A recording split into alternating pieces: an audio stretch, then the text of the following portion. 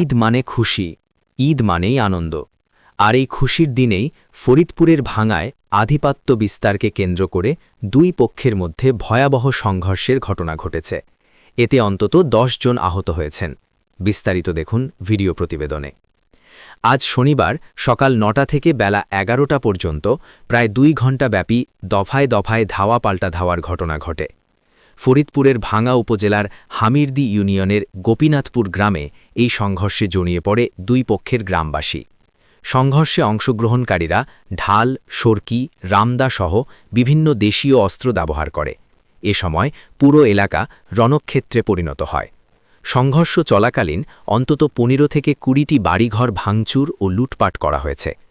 খবর পেয়ে পুলিশ ঘটনাস্থলে পৌঁছে পরিস্থিতি নিয়ন্ত্রণে আনে। এ সময় ঘটনাস্থল থেকে বেশ কিছু দেশীয় অস্ত্র উদ্ধার করা হয়েছে। পুলিশ ও স্থানীয় সূত্রে জানা যায়, গ্রামের ইসমাইল মুন্সি ও চুন্নি মিয়ার মধ্যে দীর্ঘদিন ধরে আধিপত্য বিস্তার নিয়ে বিরোধ চলছিল।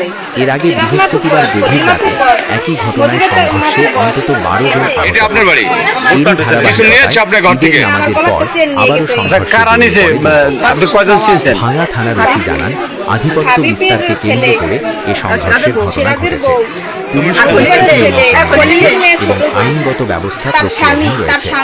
পরিস্থিতি বর্তমানে নিয়ন্ত্রণে থাকলেও এলাকায়